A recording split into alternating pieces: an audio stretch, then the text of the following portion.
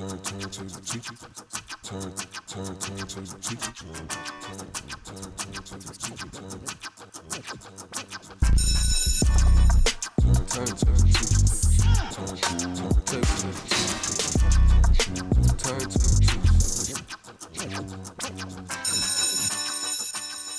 Mike with the Turntable Teachers, and class is officially back in session. We are here with another guest speaker episode, and I am so happy to have coming all the way from Watsonville, California today. I got Kabwasa joining us, and I am so excited to have Kabwasa. How you doing, my man? Yes, sir. I'm doing good. Thanks for having me. Oh, of course. Oh, no doubt, man. Thank you so much for being here. This is really great. We've been kind of going back and forth. I've been going back and forth with your manager, Jason, for about a little over a month now. When you guys submitted your music to us, and I've been blown away from your stuff. You just dropped a new album. I believe you have a music video on the way as well too. Is that correct? Yeah, music video coming. Dope. Albums out there. Yeah, we're working. Heck yeah, we got a lot to talk about, man. I'm stoked. So I definitely want to talk first about your sound overall, because I think you have a very unique sound. I really enjoy what you do.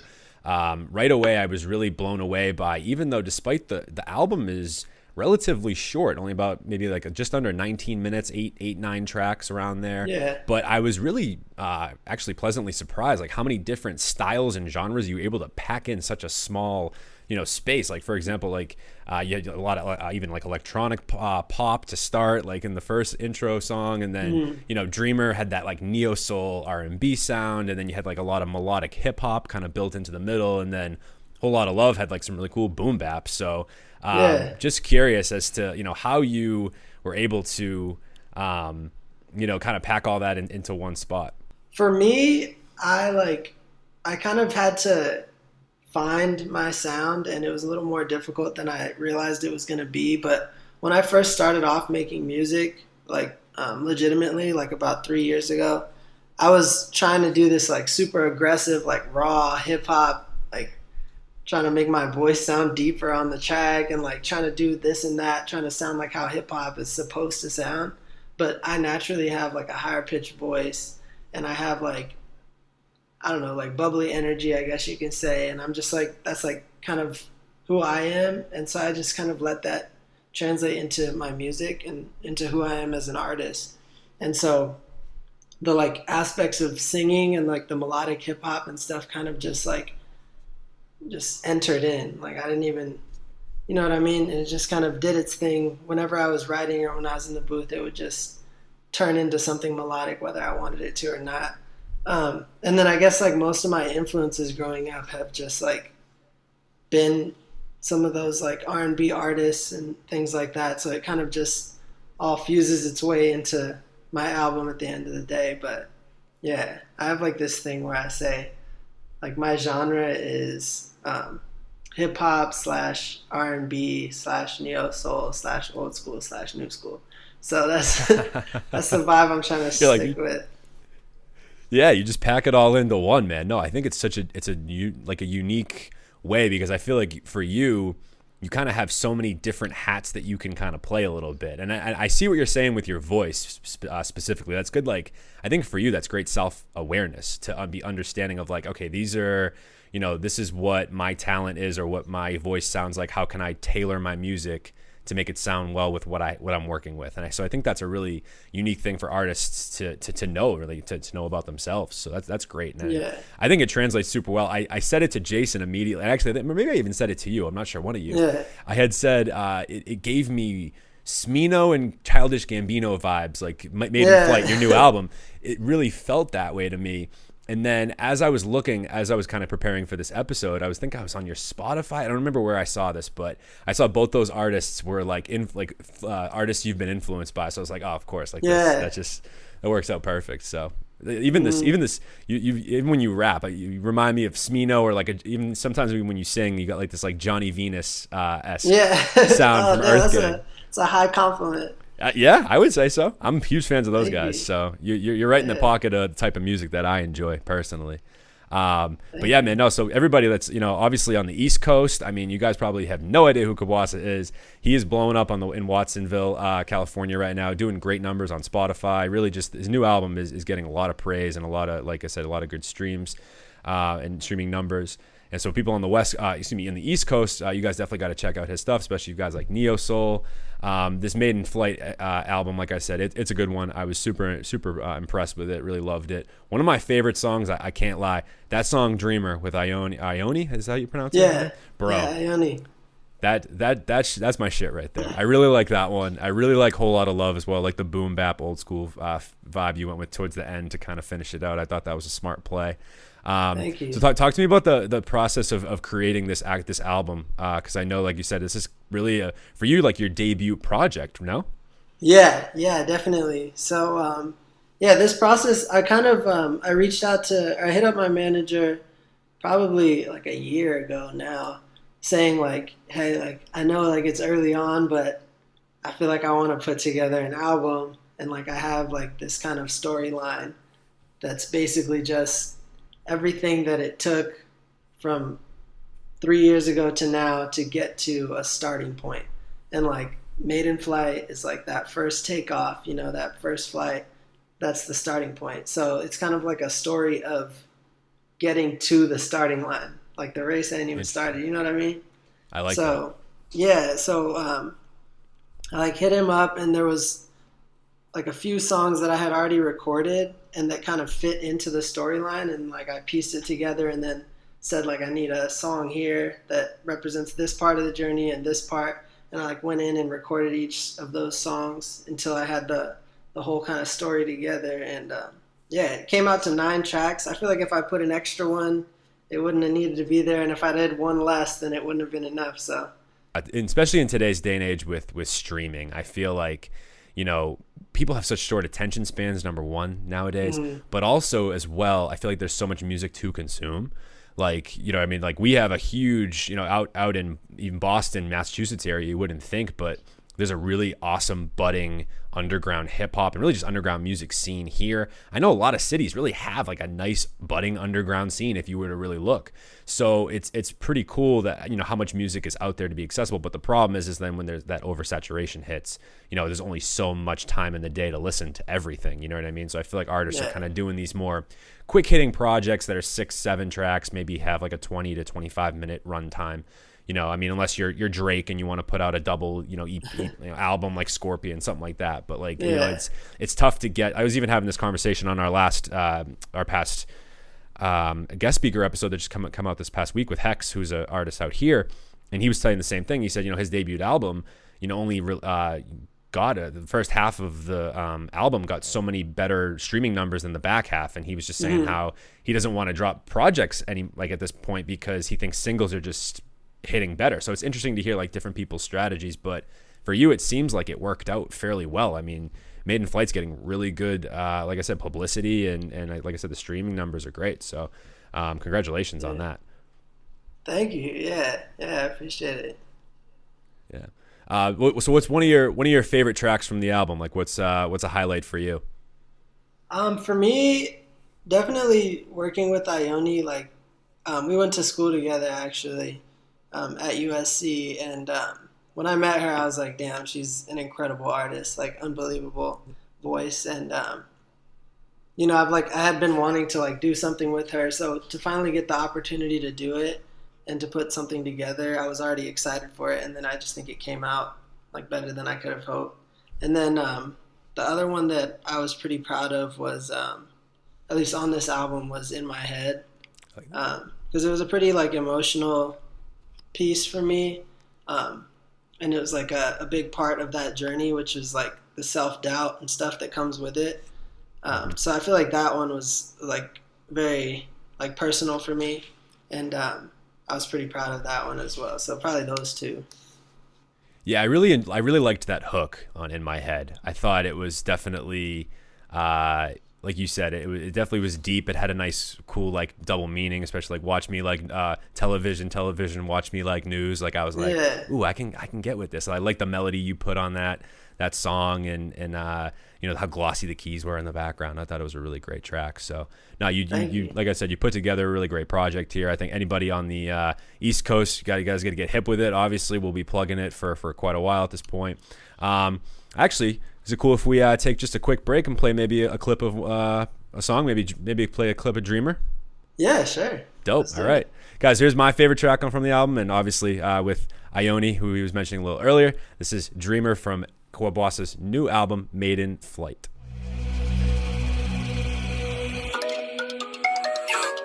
Ooh, yeah, huh, yeah, yeah, yeah, yeah, yeah, nah. You see me shine, yeah. I've been swimming, thinking about traveling. Damn, if I said the world was mine, yeah. I've been in a tough spot, damn. That ain't nothing without the grind, yeah. They got me thinking about the long way, yeah. See how I keep that on my mind, yeah. I ain't nothing but a dreamer, yeah. So that was Dreamer from Kabwasa off of his new project. And like I said, we are back talking with Kabwasa. We got a bunch of things to discuss here. And like I said, I'm super excited to dive into some things. So I'm curious because, like I said, we're on opposite ends of the coasts in the United States. And I'm just curious as to, what the local scene in Watsonville is like. Are you guys are fairly close to LA? No? Or It's more close to San Francisco area. It's like okay. up. So you're more. Oh, so you're up Yeah, north. but Okay, kind of in the middle. Yeah. Watsonville's like a small town, so I mean, there's a lot of super creative people, on the rise over there. But for me personally, I moved out to after I went to USC, University of Southern California, for school, and I've been living out here since then.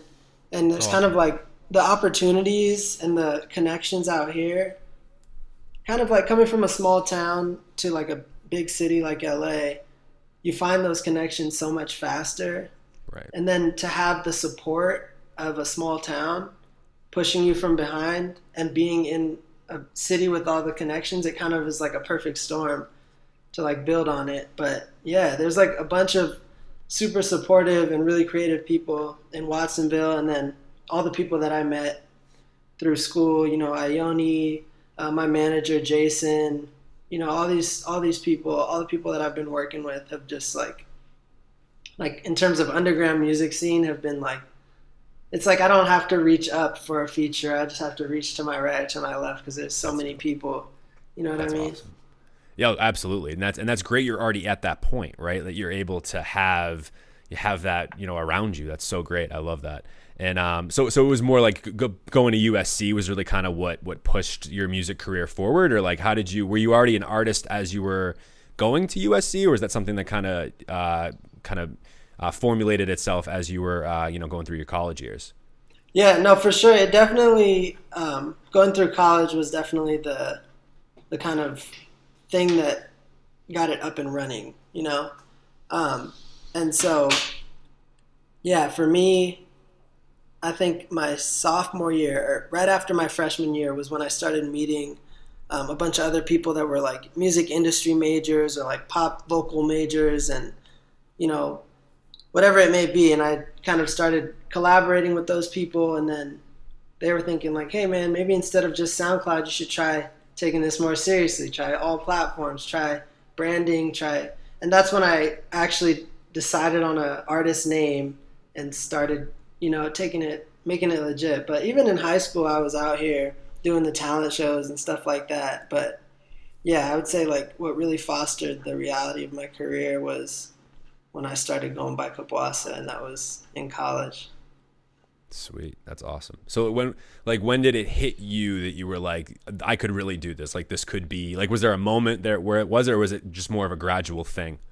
I think like the self-doubt didn't really, it was kind of there the entire time up until 2020 has been like the year as crazy as this year has been, and I can't even put it into words, but It's amazing, dude. in terms, it's unbelievable. yeah, in terms of the music though, like in the very January, I dropped this project called Watsonville, and it had this track Watson, and it came with a music video, and it was dedicated to my hometown to just show love. And the amount of support that came back was the first time I was like, you know what, I think I can really do this. And it kind of, that energy and that like manifestation kind of followed through the rest of the year to the point where, yeah, it really feels like, it's happening and it's working. See, that's interesting because I've even heard some artists, they say like, the hometown can be one of two things. They can either be your biggest supporters or your biggest haters, depending upon, how, that goes. So that's so great that you have the backing of a small town like that will, put on for you and that support you like that. That's got to mean a lot, I would think. Definitely. Yeah. So so I've never really been to Southern LA, or Southern California, excuse me, but I love Northern California. Like I've been up to San Francisco, Carmel, like the Monterey area. Oh yeah, okay. That's right around there. Oh, that is okay. Yeah. Yeah, Monterey. That's like 10, 15 minutes from Watsonville. No. Okay. All right. So now I have a good understanding of like where, because I'm not too familiar with California. I've only been out there one time, but yeah. I spent, when I was out there, I spent most of my time in San Francisco and Oakland, and then Carmel as well, which just so beautiful. I was like, I was with my brother. I was just like, yeah, this is a place I could see myself retiring out to, would be a place like Carmel if I ever, you know what I mean? So, yeah. But no, I love San Francisco too. I think it's like definitely, even though it's an expensive city, I feel like it's and even Oakland, I heard, is kind of on the up and coming a little bit too in terms of, definitely. I think Oakland gets quite a bad rep, I feel like. But like kind of traditionally, like throughout the nation. But when I was there, a lot of people were saying like, oh no, Oakland's like definitely a lot more gentrified now, which, I don't know if that's a good or a bad thing, depends, but how you look at it. But, they're saying that's more of an up and coming city. Yeah. It's a nice spot. It's a nice place. Yeah. No. So yeah, I definitely, I'm a big fan of California. So, so for you, you went to school, you said you just graduated school. Congratulations on that too. A lot of big things happened for you in 2020, right? Like you said, I know this year's been crazy, but I even kind of feel the same way. It's like, there are some positives to take. Like, I think that, some people kind of tapped into creative outlets during this time, maybe able to pick up a new hobby or new skill, or, obviously at the expense of a lot of people, catching a virus and obviously dying. It's not what we want, but like, obviously, right? But if we're going to look at some positives from it, obviously, I think it took some time for people to kind of breathe and relax a little bit, maybe. So I was curious for you, like, this year sounds like it was a lot of milestones with graduating school, dropping this brand new album. Like, how's this year kind of, as we're kind of winding down 2020, like when you're looking back, like what's it been like for you? Like, what have you, overall? Man, I would definitely say that the 2020 has been the most like testing year that I've faced in my short, 22 years of life. But I definitely appreciate every aspect of that this year has given me, like the good and the bad. And so, I'm just kind of trying to like stay grateful for all of it. But I'm definitely, in terms of music, this has been by far the biggest year that I've seen, in my time doing it. And I would say I started like probably seriously, I started the end of 2017, beginning of 2018. And out of those 3 years, 2020 has been like exponentially, like the growth has been incredible, and the support. So even though things have been difficult, in terms of the other aspects of life, I would say in terms of music, it's kind of been the biggest year to like manifest and move forward. So yeah, overall, I'm like grateful for it. Yeah, no, I agree. That's a good way to look at it, because like you said, there's been obviously a lot of hardships and a lot of like challenges, but no, I think this was, if anything, it's a year of growth. I think this year especially too, I think it opened the eyes of a lot of people. I think it kind of realized, like, I think we've all kind of realize our mortality, really. Like, you know what I mean? Like, especially like a virus, I don't want to be morbid like this, but, you know, a virus that's much more deadly than the coronavirus at some point in time could hit, you know what I mean? Like there's, you know, so many different things that, you know, could happen. Yeah, exactly. Yeah, there's so many uncontrollable things that I mean, there are certain things that we can control, obviously, in our own lives and on a small scale, potentially, like our communities, and that can obviously maybe impact the world. And I mean, not to say that you can't impact the world, because that's not true, but like, you know, there's a lot of, you know, I guess this year was more thinking about like, you know, what can I control? Like, what are my controllables, you know? Yeah, definitely. Yeah. And yeah, I would say the same thing. Yeah, there's like life kind of can happen and end at any moment, any day. And I think this year has shown me that more than anything else, that like nothing's guaranteed. So right, like kind of do it now, you know, do what you want, like what you want to do, and do what will make you happy and what you're passionate about. So I feel like 2020 has really taught me that what I need to be doing in my life is music, and I'm going to just keep doing it, you know? Right, because like what kind of regrets are you gonna have if you don't? You know what I'm saying? Like there's exactly. Like you know, that's such great advice, and like I mean I tell my students that all the time too, because it's like you know they're in a space where they're in high school, they're probably getting impressions from and pressures from, you know, their parents or, you know, family or friends or society, like whatever, you know, anything really. I mean, there's so many things that, you know, I feel like it's kind of gets hammered into kids' heads these days that they have to go to college to be successful, and they have to do things a certain way. And I think this generation's starting to realize, like, wait a second, like, no, you don't. Like, you know what I mean? Like, why? You know, so you have to do like what makes you feel the most fulfilled. Like, and that's not going to be what someone else said that's going to be for you. It's got to be like, you know what I mean? And college, definitely going to college, I will say, helped me meet the people that I feel like I needed to meet, and I'm forever grateful for that. But I think doing what you want, what you're passionate about, is the key thing. And no matter where you are, like as long as you're doing that, you're gonna find happiness, and happiness is success. So I love that. No, I totally agree. I think it's that yeah, like I'm actually happy you said happiness is success, because I think like success can be obviously measured differently for different people, but I definitely think that is in essence what we're kind of striving for, right? I mean, we're striving for the things that are going to make us happy. I know some, you know, people think like, oh, like I think fame and success kind of get tied in a little bit too much, and then obviously like monetary success, I think it gets a little bit too, like those lines get blurred, and I think it's like you're saying, it's more about like, are you happy at the end of the day, man? You know what I mean? Because I know people that, you know, I have a cousin of mine who actually gave me some of the best advice I could have ever gotten when I was 17. I don't think I would kind of be on the path that I'm on without him telling me this. But, you know, we're going to a BC football game. This is probably, I was a junior in high school, so it must have been 2011, almost 10 years ago now, which is crazy to think about. But he picks me up in this fancy Range Rover, right? He drives, you know, he drives all these great cars. He's got a beautiful multi-million-dollar home out on, you know, right in the North Shore of Massachusetts. Like he's just doing well, you know what I mean? And, you know, asks me, you know, what do you want to do with your life? And what do you want to do for college? Do you give any idea? And at the time I wasn't really sure. And I was just like, I don't know.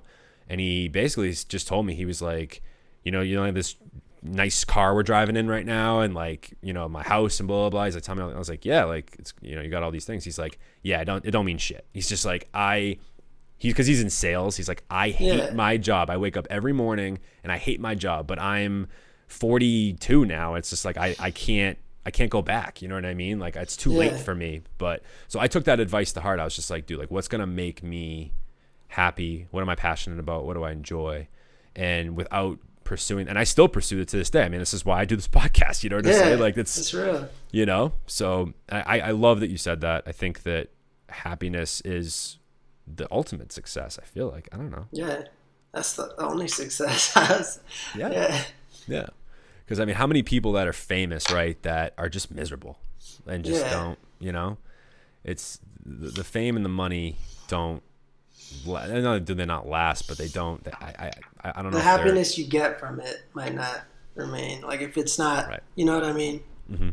Totally. I completely agree. So, Yeah, no, it's been a tough year for everybody. I feel like, but yeah, like you said, and we're talking about. I think there's a lot of growth that can come from that. It sounds like you definitely had quite a year of growth, and so congratulations on that as well. So the music wise, you said you have a music video coming out that you're currently working on. So for which song, and tell me about that process. What's that been like shooting a music video during COVID? Yeah. No, it's for the Midnight Shift, which is off the Maiden Flight album. I got together with a few people. Kian, his name's Kian Broderwang. He shot a concert that I did right before the world shut down. Basically, I did. It was the Gear Fest, like USC Music Festival, and I had my set, and he reached out and shot a video just kind of recapping the set, and I put that on my YouTube channel. But then later on, we ended up becoming closer, and he had an opportunity to get access to a really good camera, and like had some, I had a few of my friends get together, and the people that I was immediately with, just because COVID, don't want to like necessarily get around too many new people. But and we like went out there and shot this music video, and I'm really excited for it. It was another one of the songs that has like a whole little storyline in it, but yeah, I'm excited for it. I think it'll come out cool. That track's fun. That's one of your like, I feel like you're one of your like bops or bangers, if you will. Yeah, the track, upbeat, like that one. Yeah. That one Sure. It rides well in the car. I feel like it's got that heavy bass on it. I love the melody on that one too. Some of your and the way you deliver the hook. I love that. Like, I'm really in my bag. Uh-huh. Yeah. I'm like, yeah, I vibe with that shit heavy. That's Thank a good you. one. I'm looking forward to that. So, do you have a release date for the video by chance? Release date, not quite yet, but definitely sooner than later. It should be Awesome. Within the next few weeks. I'm gonna say that. Hell yeah. But yeah, definitely sooner than later. Well, fans of ours, definitely stay tuned. If you're liking what you're hearing already, make sure you stay tuned for that music video. We will definitely be reposting that to our socials, no question. So be on the lookout for that in the coming weeks, no doubt. I wanted to talk to you as well because, of course, like, kind of going off of COVID and things like that, like live shows, performances, really, obsolete at this point. A lot of people are going toward the live stream method, which, I think can be, if done right, I think it can be effective. But I was when I reading up on you, there's some I think publications out your way that have called you a quote unquote riveting performer, which I find intriguing. So what is it about your performances that maybe make this description of that you're a riveting performer? How is this exactly accurate? And then what do you miss about live shows? Because like I said, we're not really like able to do those right now. So what do you miss most about performing? Yeah, definitely. Well, for me, I started off when I first was doing open mics and stuff like that, trying to get people to know who I was. Obviously, like I wasn't getting booked for shows, but I was reaching out. But I had the worst stage fright, and you could see it. Like I'd be up on stage, like I'd be sweating by the end of the thing, and like I just looked nervous, and everybody could tell. And it was kind of like a matter of just like I was trying to figure out what do I have to do to not be nervous up here, and just continuing to try and continuing to do it just builds that confidence. And then eventually, when it got to the point where the crowd started interacting with me, that was when it turned into like a comfortable thing, because standing up on stage and talking to a bunch of people that are listening to you is scary, but when you're on stage having a good time with like 60, 100 friends out in the crowd having fun with you, then that like takes away all the, the nervousness. And now like every time I perform, I just try to have fun with the crowd. So like I'll say things with them, dance, with them. There was one show where I played my song and just opened up a little circle and had a dance battle. And like people were dancing, and I like jumped in the crowd, started dancing with them. Yeah, and that's the stuff that like makes it fun for me. And I'm assuming that's what the article was referring to. But yeah, I definitely miss doing those live shows and interacting with people, meeting new people through the shows, like seeing people having a good time and like feeling good.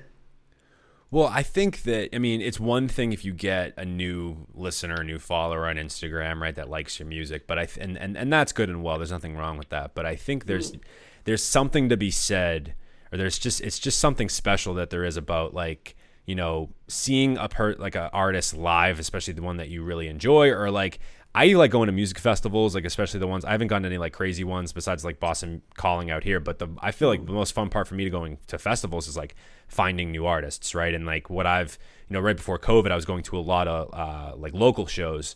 I started really going towards with like, you know, local acts that were headlining. And it was so fun to go to these local shows and meet artists and, you know, make the connections. I was going more as a like a publication or as the podcast, right? But it was still I'm still a music fan first, you know what I mean? Like that is just kind of my nature. So it was so cool to kind of be able to interact with artists and kind of, you know, be able to, like, personality just comes out. I feel like when you're, as a performer, you know, you make those connections with the audience. It's really kind of, I just feel like it's priceless. You can't kind of put that connection into words, you know? Yeah, no doubt. Yeah.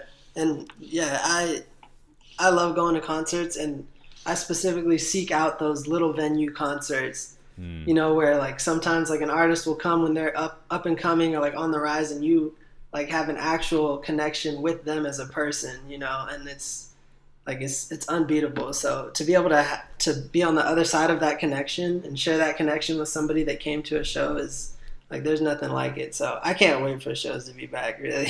Counting the days. I know. Me too, man. Me too. No, you're so right, because you know, it's those are always the fun ones, right? Like when you go to a concert for like an up and coming artist and they're not big yet, and then, or like not big enough, like big quote unquote yet, and then like a year or two later they blow up and explode, and you're like, yo, I was at that concert like before. You know what I'm saying? Like that's the best. I love that shit. That's no doubt. Yeah, that's my favorite thing. Yeah. I did that. So with I don't know if you know the Brockhampton, if you're familiar with them. I love Brockhampton. Yeah. They're fantastic. Yeah, it was their very first tour that they did for the first two Saturations, actually. So we're talking like 2018 or something like that. They played at this really, really small, intimate venue in Boston, classic one, called Middle East. And it was amazing. I mean, I was like, you know, 5-10 feet from some of these guys. Like they were coming into the crowd, like, you know, and you know, rapping, spitting Star like over and over and over again. Like, you know, like Don McLennan's like hanging from the rafters. Like it's insane, dude. And then like I went to see them later on at an arena, and it was amazing too. Like it was this whole production. But it's and that was amazing too. But it's so different when you're going to, like you said, those small venues. There's nothing like being right there. Yeah. And the shitty part about this whole thing, though, is like those small venues are the ones that are going to be at risk if shows don't, you know, come back. Happening, yeah. I know.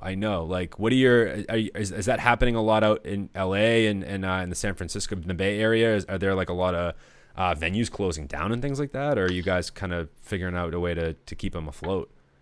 Yeah, I mean, I haven't seen any like ways that these venues, I know there's some venues are doing like outdoor things like in the parking lot of their venue, or finding alternatives, you know, to keep things going. But yeah, it's definitely like a scary thing to think that some of my favorite small venues might go under. I know. But yeah, some of those, like, it's like you said, those connections that you make with artists in small venues can't be beat by like any type of, you know, like any type of arena or like anything like that. That small venue connection is like nothing else. So agreed.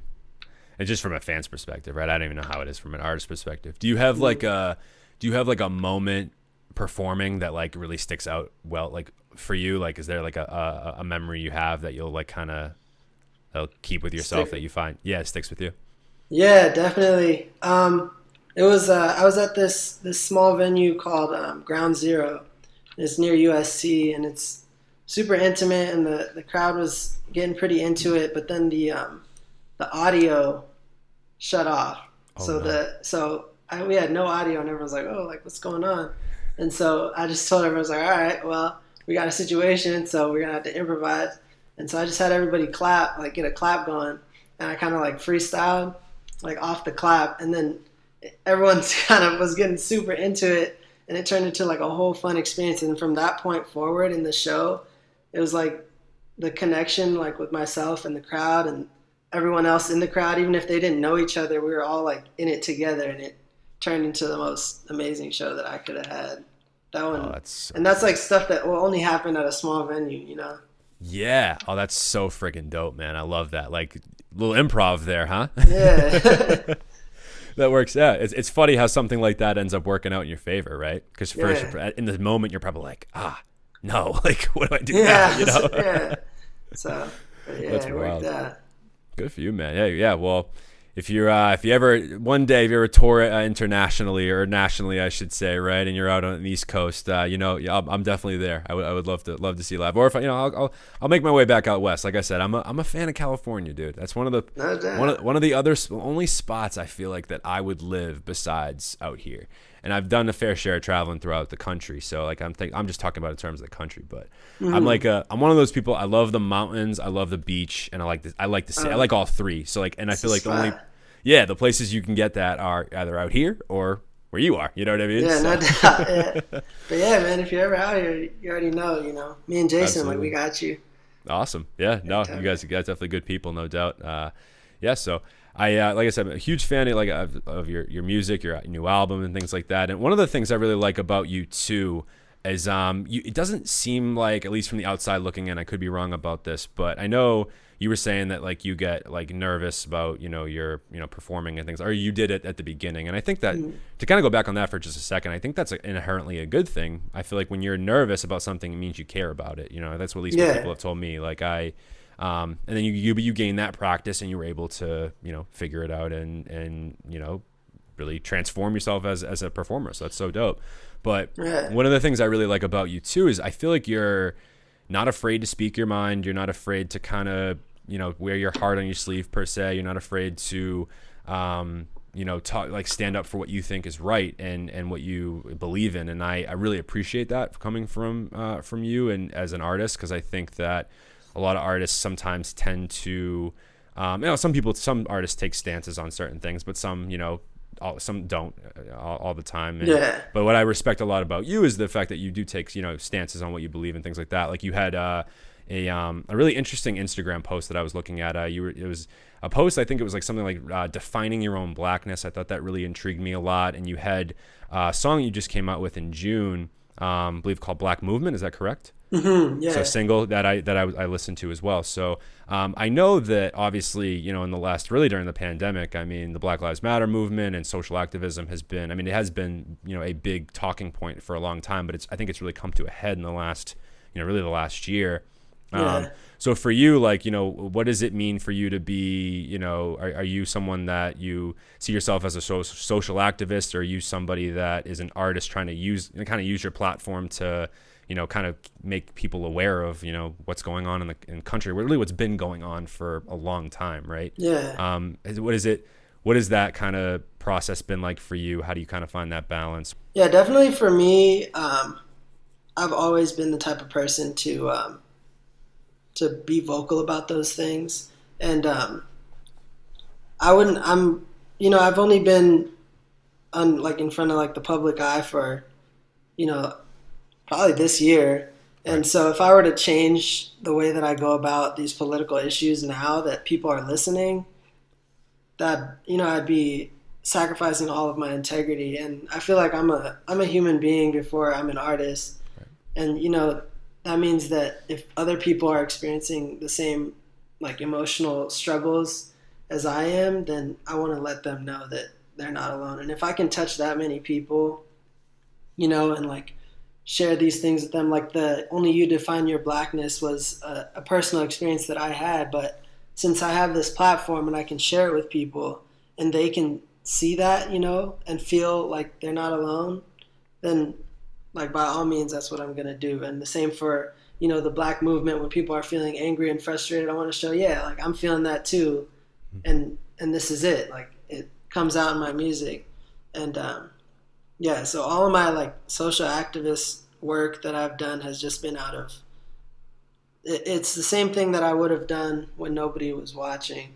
But since people are watching, I'm not gonna change that. And if anything, I'm just gonna push it harder because now there's an actual, people seeing it. So yeah, there's no doubt that even throughout my career, and if I continue to grow and moving forward, I'm gonna keep that, hold that with me. I teach English too, just for context, and like so that's Okay, yeah. all we talk about is humanities stuff, right? Because it's a humanities course, right? Like English. I mean, I think that like for me, this way I see it, and that's why I wanted to teach English so badly, is because it's not so much about the literature. It's about how can we use literature as a tool to learn about the human experience, right? All human experiences. The only problem is that a lot of human experiences aren't taught. You know what I'm saying? Like it's so I was teaching. I've been teaching some poems in my class with my sophomores. We were doing some Langston Hughes, some Gwendolyn Brooks, and Tupac poems actually. And I was kind of using those poems as a lens to really understand the Black experience and the Black progression. And obviously, there's a great TED Talk out there. I've talked about this a couple times on the show.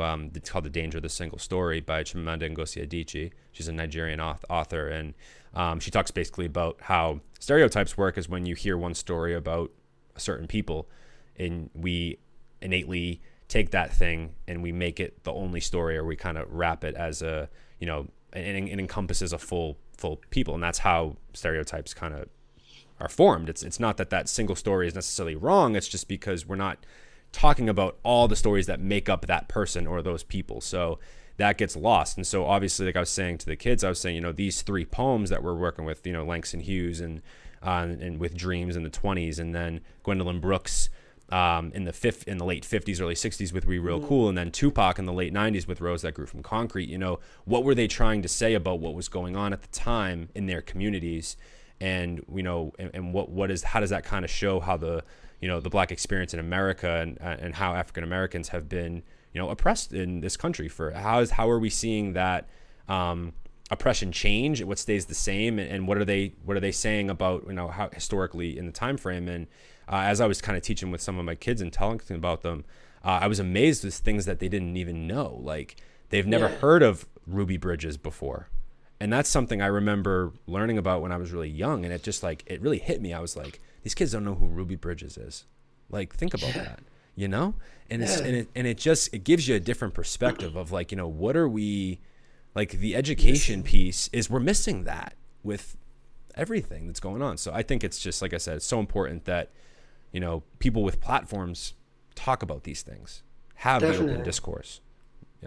Yeah, for sure. And I feel like what you said about, how English is kind of like an avenue for understanding the experience of people, the human experience is it's the same thing with music, I feel. And that's what I try to do with my music. And that's what I feel like hip hop too, more than any other genre is just purely the experience and struggle and the positives and the negatives. And it's just all humanity, put into music, put into poetry. So yeah, it's all that. It's so important to let those experiences be shared through the music.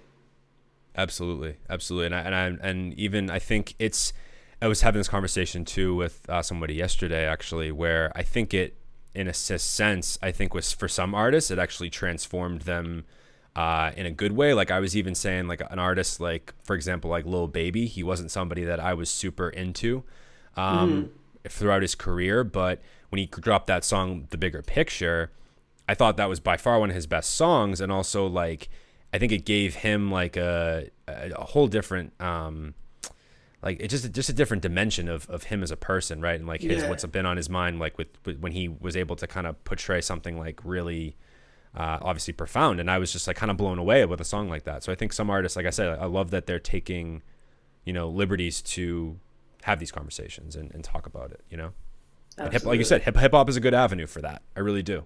Yeah. So yeah, I feel like anytime there's that much of humanity and struggle and human experience, people are, the first instinct or the first reaction is whoa, stop, that's too much. And then, it's followed by the realization or the understanding that this is what makes the art special. So yeah, whether it's jazz,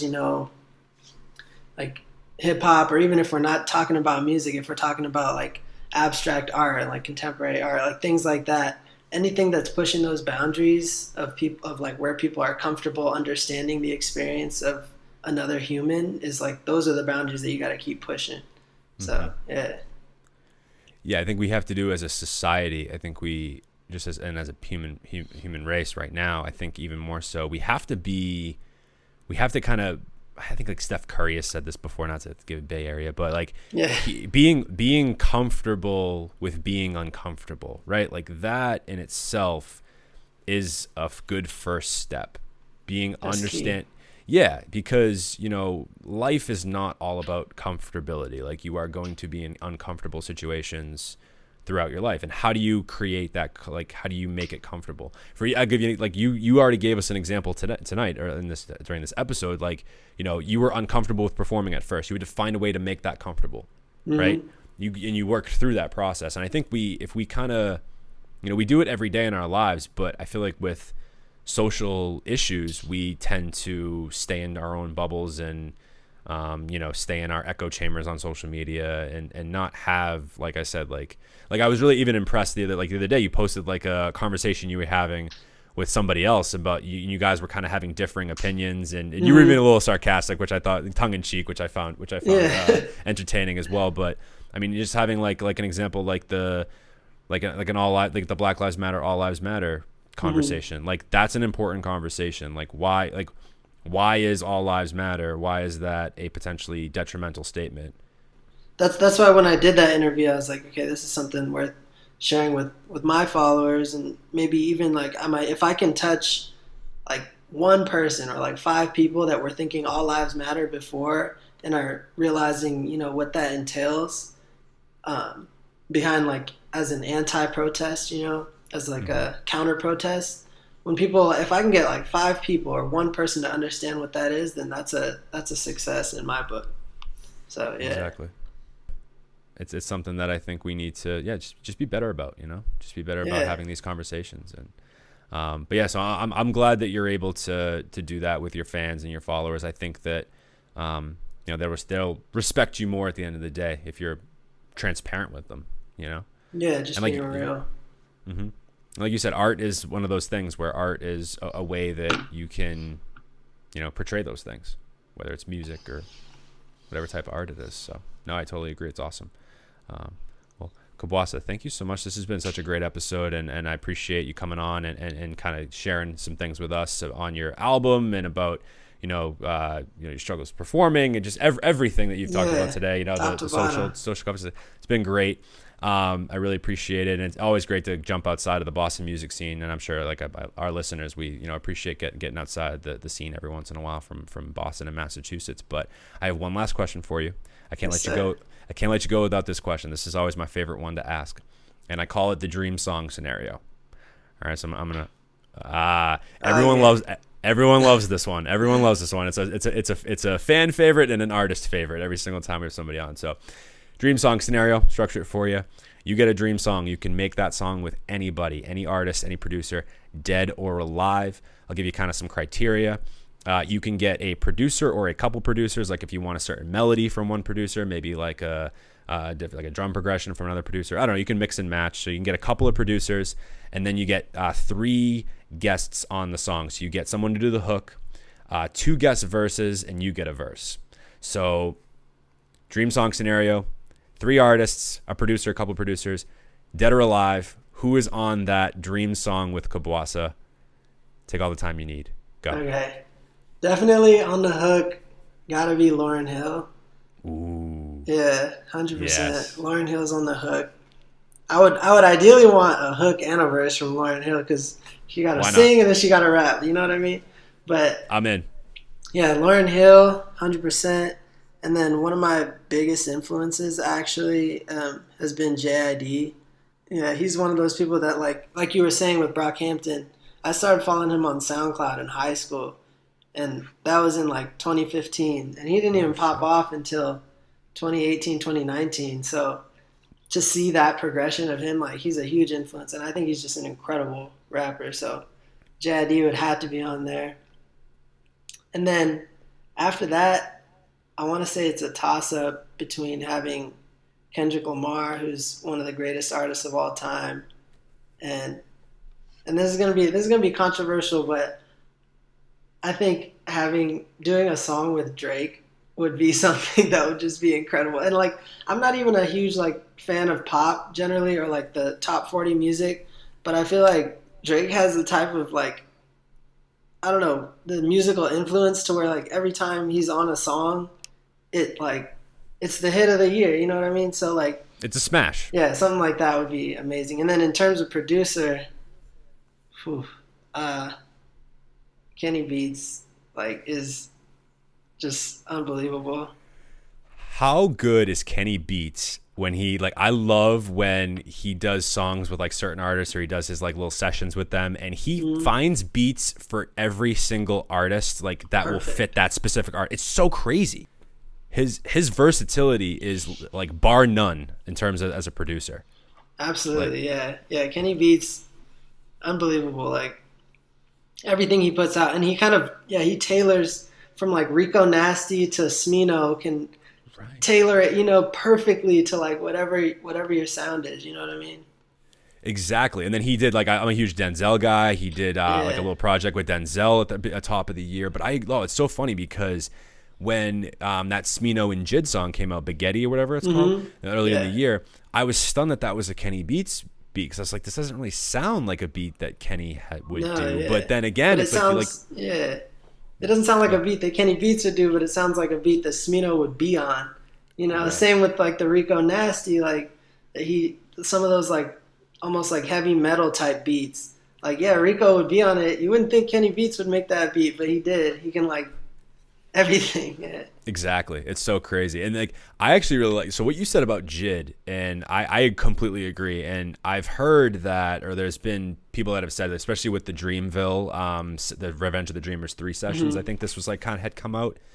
Or maybe it was an article that Rolling Stone did. I can't remember where I read this or where I heard this, but artists that didn't know him or even are friends with him, they comment on how meticulous and how hard that JID works. Like, he supposedly is like he's so specific and meticulous about his verses and like the way he like delivers verses. Like, people say he's like an absolute workhorse and like just like a genius. Like, he almost, and legitimately, like, I mean, I feel like all artists are like this, but he's like straight up a perfectionist. Like, he's somebody, he's so technical. And the way that he flips his flows like in certain songs and like to match certain beats, like his talent is next level. Like, I've since that 8701 project, I've been saying I felt like he was gonna be, you know, when it's all said and done, he could be up on that top tier with like a Cole and Kendrick and Drake potentially. I feel like he could get there because he's that talented,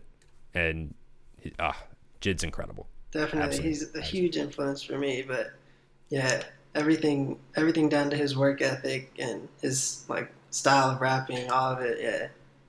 Definitely. Yeah, his voice too. I find his voice very captivating. It kind of resonates with me because he has a high voice, and you're thinking like, oh, like people with high voices, like rap is a raw, like, you know, rumbly, like you can't be, you know what I mean? But he's got this like super high voice and can rap on a beat just as raw as anybody else, and then at the same time he can sing with like Miraba or like whoever else he's doing like a duet with, and it's just like, you know what I mean? It's like a perfect influence for me. So No, I like that. Like him and Earth Gang, like those have been two of my favorite like acts that I've had in the last couple of years for sure. And it's interesting that you said that, but like that, I think that is in essence the beautiful thing about hip hop now, where it's like it's become so accessible and has so many different subgenres and categories within hip hop. Like it's so less restrained now than I think it ever has been. It's become this like creative melting pot with it, and I think it's allowed people like with voices like Jid and Johnny Venus and yourself, right? Like to find their place in hip hop. Like, I think that's so cool. Definitely. Yeah. So Kabwasa featuring Jid, Lauryn Hill, Kendrick Lamar, Drake with some production from Kenny Beats. I feel like it would be a top smash, man. Be a band. Absolutely. only in our dreams. Hopefully, hey, put it into the universe, and that's all. I say that every time. I'm like, That's all you can do. put these into the universe. If they happen, hey, be great, right? No doubt. I love it, man. Well, Kabwasa, like I said, thank you so much for being here, man. This was such a great episode, and like I said, so awesome to talk to somebody outside the Boston music scene. We've been doing that a little bit lately, is getting outside and seeing what's going on throughout the country and the world in general. So with up and coming artists. So people, fans of us, I've said it multiple times on this episode. Probably tired of hearing me say it, but you need to go check out this man's Maiden Flight album. We're gonna link it in the description. All right, so make sure you guys go after this episode. Go click that link, stream that thing, support this man. He's got great music. He's got a lot of stuff coming on the way. The good new music video coming out very soon as well. For that song was "When Midnight Shift," excuse me. So that'll be coming out soon. Kabwasa, tell the people where they can find you. Socials, plug yourself, all that good stuff. Yeah, absolutely. So I'm on all streaming platforms. Kabwasa. Social media, just music by Kabwasa. And yeah, you can find me Facebook, Twitter, Instagram, all of it. So yeah. We'll link his Instagram in the description as well for you guys. And also, if you're a fan of Kabwasa, just coming on to us for the first time, you can follow us at Turntable Teachers on Instagram. Find us on Facebook as well. And we are also on all streaming platforms, YouTube, and hit up our website, www.turntableteachers.com. Got a lot of interesting content on there for you guys. We got podcast episodes. We got resources for up-and-coming artists that are looking to improve their craft and production or songwriting, or in tips and tricks that we enter through our partnership with Right Mind. So make sure you guys go check that stuff out as well and support, and obviously, like I said, fans of us, definitely guys go support Kabwasa. And like I said, thank you so much for being here, man. This was a great episode, and best of luck to you with everything. And we'll be plugging your stuff for from now until the future for sure. So absolutely, thank you so much. I appreciate it. No problem, Doug. No problem at all. It's been a lot of fun. So anyways, I'm Mike. This is Kabwasa with the Turntable Teachers, and class is officially dismissed. Turntable.